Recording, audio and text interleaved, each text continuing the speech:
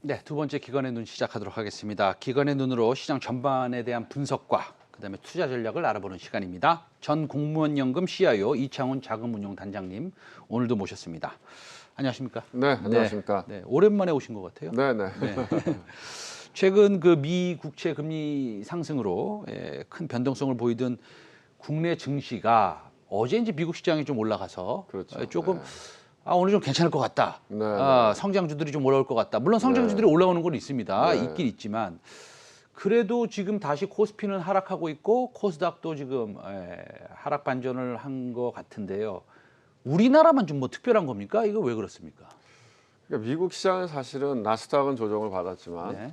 전체적으로 이제 대표하는 S&P 500 지수를 보면 별로 조정받은 게 없어요. 그러니까 실적으로 금리는 미국의 국채 금리가 많이 올라갔는데 오히려 조정을 받은 거는 미국 시장보다는 우리나라와 같은 이머징 마켓 쪽이 조정을 많이 받고 있다는 생각이 들고 있고요. 첫 번째 원인은 제가 보기에는 이제 금리가 올라가면 아무래도 이제 성장 섹터에 있는 것들, 주식도 그렇지만 이제 국가도 이머징 마켓처럼 이렇게 이 리스크 프리미엄이 높은 국가에 속해 있는 국가들의 주가가 좀 더 많이 하락하는 경향이 있고, 그 다음에 이제 저희하고 같이 이렇게 관심 있게 보셔야 되는 게 이제 조금 이렇게 관심 있게 보실 수 있는 분들은 MSCI 이머징 마켓 인덱스가 있습니다. 네네. 이머징 종합주가 지수가 있는데 네. 그거 흐름하고 우리 시장하고 비슷해요. 그래서 제가 방송에서 여러 번 얘기하지만 정책적으로 우리나라가 선진국 지수에 빨리 들어가야 된다. 그래야지 이렇게 말하자면 안정화가 되겠죠. 2등급 취급을 안 받는다는 거고요. 네. 그래서 이제 자금의 흐름이 그렇고 국내 수급 상황도 보시면은 뭐 그동안에 여러 번 이야기가 됐겠지만 네. 국민연금 뭐 이런 필두로 해서 기관 투자 계속 매도하니까 네.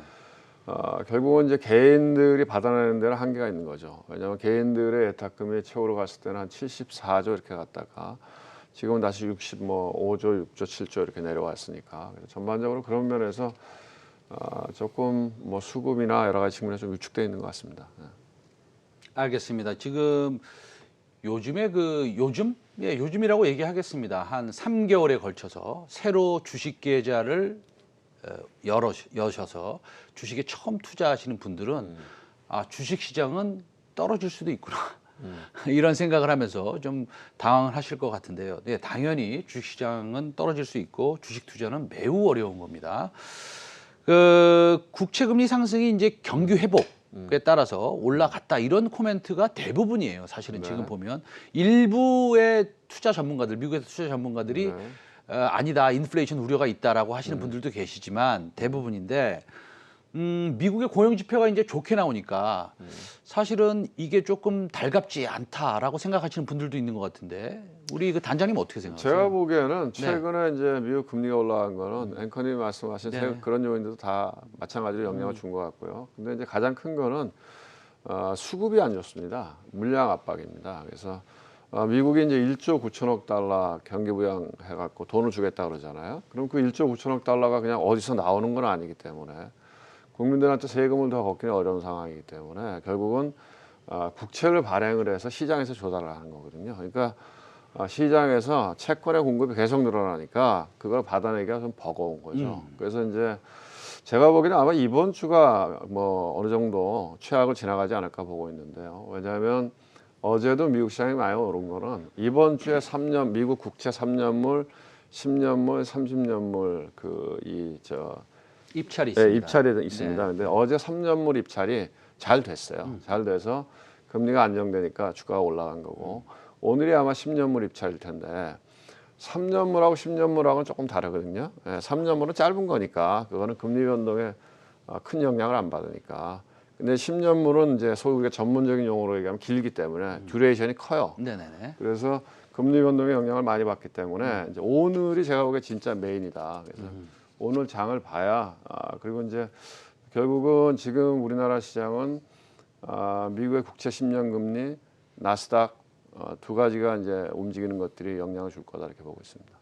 단장님, 네. 느낌적인 느낌으로 네네. 오늘 10년물 국채 입찰이요. 네. 수요가 좀 있을 것 같습니까? 어떻습니까? 글쎄 뭐 제가 그 현장에 없으니까 근데 네. 이제 지난번에 이 금리가 이렇게 미국 금리가 올라가는 걸 촉발했던 거는 네네. 얼마 전에 7년짜리 미국 국채 금리 네. 입찰이 있었는데 네. 그게 별로 안 좋았어요. 안 좋았죠. 예, 예. 그거 스파크로 해갖고 쫙 올라갔는데 어느 정도 선반영이 많이 됐기 때문에 오늘 뭐 어느 정도 소화가 되지 않을까 이런 생각하고 있습니다. 알겠습니다. 중립 이상이다. 약 다소 긍정적이다. 뭐 아주 그렇게 긍정적이긴 보고 아니지만, 있습니다. 네, 네, 네. 잘 알겠습니다. 그 이제 따뜻해지니까요. 이제 백신도 많이 맞을 수 있고요. 또 이제 생산도 잘 되겠고요. 그래서 이제 미국도 백신 접종률이 높아지고 있고, 뭐 전 세계에서 백신 접종률이 가장 낮은 나라는 이제 우리나라하고 예, 아프리카하고 몇 군데 있습니다. 우리나라는 백신 접종률이 0.3%. 안타깝죠. 예, 그 정도 되는데. 어쨌든 시장은 뭐 금리 인상에 대한 우려가 뭐 있다 없다 합니다. 우리가 알 수가 없습니다. 뭐 그렇지만 파월 장관이나 파월 의장은 뭐 지속적으로 말도 안 되는 것 같다라는 식으로 약간 짜증까지 내시면서 말씀을 계속 하시고 계신데. 그런데 시장은 수급이 좀 안 좋고 예, 여러 가지로 조정도 좀 나오고 있는 듯하고 그런데 이게 뭐 조정의 시장입니까? 아까 말씀하신 대로 이번 주만 잘 지내면 그래도 좀 괜찮아지는 겁니까? 다시 한 번만 말씀해 주세요. 저는 예. 뭐 저 조금 긴 호흡에선 시장을 좋게 보고 있습니다. 그래서 금리 이슈도 있지만 실제로 금리가 올라가는 속도가 문제지. 뭐 금리 인상을 한다 당분간은 그런 일은 없어요. 그런 일은 없고 금리의 절대적인 수준도 미국 국채 금리가 1.5%인데. 우리가 코로나 오기 전에 미국 10년짜리 국채금리 평균적으로 한 2% 했어요. 그러니까 지금 1.5%가 높은 건 아니다. 다만 올라가는 속도가 빠르니까 시장이 좀 충격을 받는 거고. 그다음에 주가가 2배 올랐으니까 뭐 조정이 오는 건 자연스럽다고 보고 있고요. 이제 뭐 한 4월부터 해서 경기가 본격적으로 회복되고 기업들의 실적이 늘어나는 걸 확인하기 시작하면 조정도 거치고 다시 올라가지 않을까 저는 그렇게 보고 있습니다. 네, 우리 그 백신의 접종률은 상당히 낮지만 사실은 우리나라만 가지고 있는 그 특별한 주사기, 그 다음에 우리나라 사람들이 제일 잘하는 대한민국 국민의 특징인 그 빨리빨리 그러면서 효율적으로 진행하는 이 백신의 접종은 앞으로 좀 더 스피드 있게 진행될 것이라고 보고는 있습니다. 그래서 말인데요. 그 미국에서는 테슬라 같은 것들 있잖아요. 이게 이제 성장주지 않습니까? 그렇죠. 이게 반등을 확 해버렸어요. 그렇죠. 근데 아무리 봐도 앞으로 한 뭐 6개월 이후를 보면 사실은 뭐 우리 단장님도 그렇게 생각하실지 모르겠지만 금리가 지금보다는 조금 높지 않을까라는 생각을 해보죠. 6개월만 보면. 그렇죠. 그런데 이제 이렇게 성장주가 올라오는 것은 좀 약간 뭐라 그럴까요? 그 단기적인 상황일까요? 아니면은 앞으로는 그럼 우리가 이제 골라야 되잖아요. 경기 민감주나 소비주나 이런 거를 갖다가 지금이라도 좀 힘들더라도 먼저 조금 공부하는 게 좋을까요? 아니다.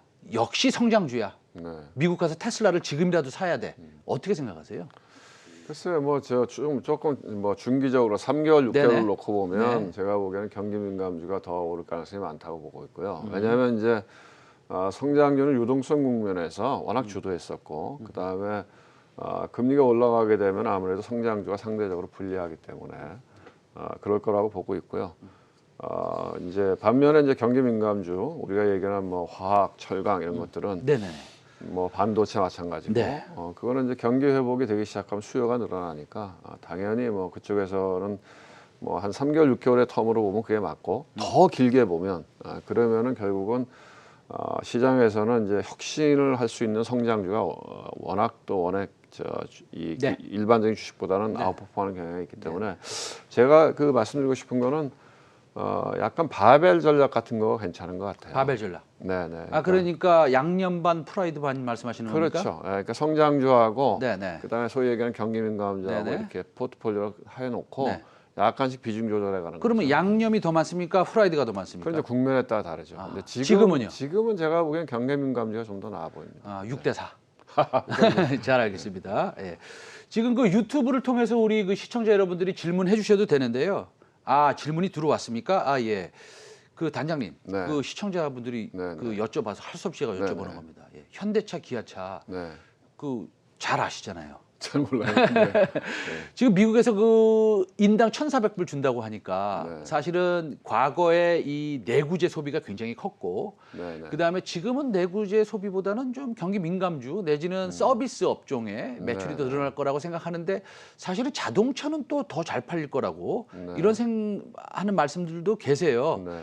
그 현대차, 기아차 어떻게 생각하세요? 전 좋게 봅니다. 네, 네. 왜냐하면 이제 자동차 뭐 판매도 늘어날 것 같고 네. 또 하나는 이제 과거에 테슬라가 독초했던 전기차의 어젠다를 지금은 뭐 현대차도 충분히 뭐 네네. 기아차, 전기차, 수소차 같이 네네. 갖고 가고 있기 네. 때문에 뭐 캐시카우도 있는 상태에서 네네. 새로운 전기차 시대를 맞이하고 수소차 시대를 맞이한다 하기 때문에 좋게 보고 있습니다. 네. 알겠습니다.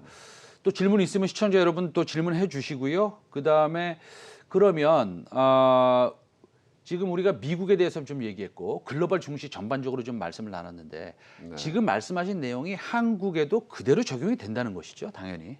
그렇죠. 근데 이제 안타까운 게 네네. 우리나라가 수급이 안 좋죠. 아, 그게 수급이. 참 안타깝다고 생각하는데 그래서 결국은 우리 시장이 올라가려면 이 글로벌 펀드 플로우가 우리 쪽으로 들어와야 된다. 그래서 네네. 외국인 자금이 들어와서 지금 기관의 매도를 받아줘야 올라갈 수 있는 구조이기 때문에 조금 답답하죠.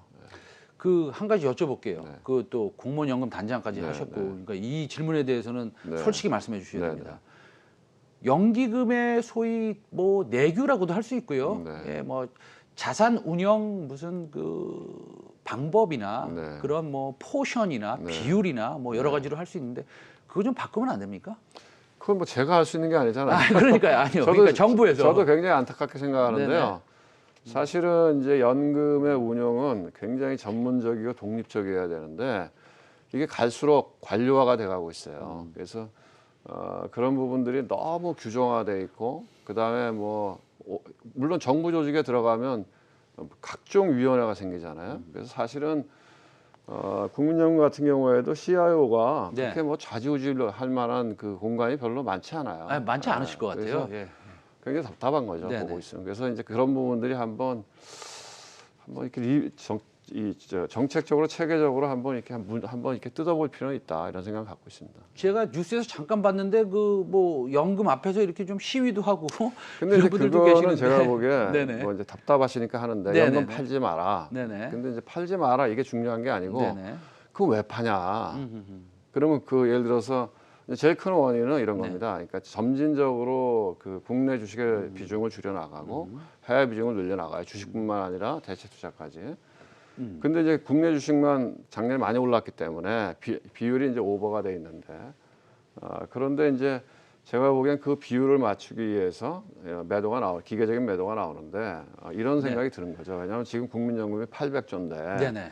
이게 한 2,000조까지 늘어납니다. 그러니까 네. 추계에 따라서는 몇 년 뒤에는 3,000조라 그랬는데 네네네. 최근에는 이제 기대 수익률이 떨어지면서 한 2,000조까지 늘어난다고 네. 돼 있는데 그러면 이제 매년 단위로 맞추면은 기계적인 매도가 나와야 되는데 이걸 예를 들어서 3년 단위 평균 이렇게 하면 그냥 가만히 있고 해외 주식을 사고 해외 대체 투자를 네네. 늘리면 3년 평균으로 맞추실 수 있거든요. 네네. 그래서 그런 것들이 좀 한번 저도 뭐 그런 생각이 들어요. 체계적으로 한번 이게 네. 한번 리뷰해 볼 필요는 있다 생각하고 있습니다.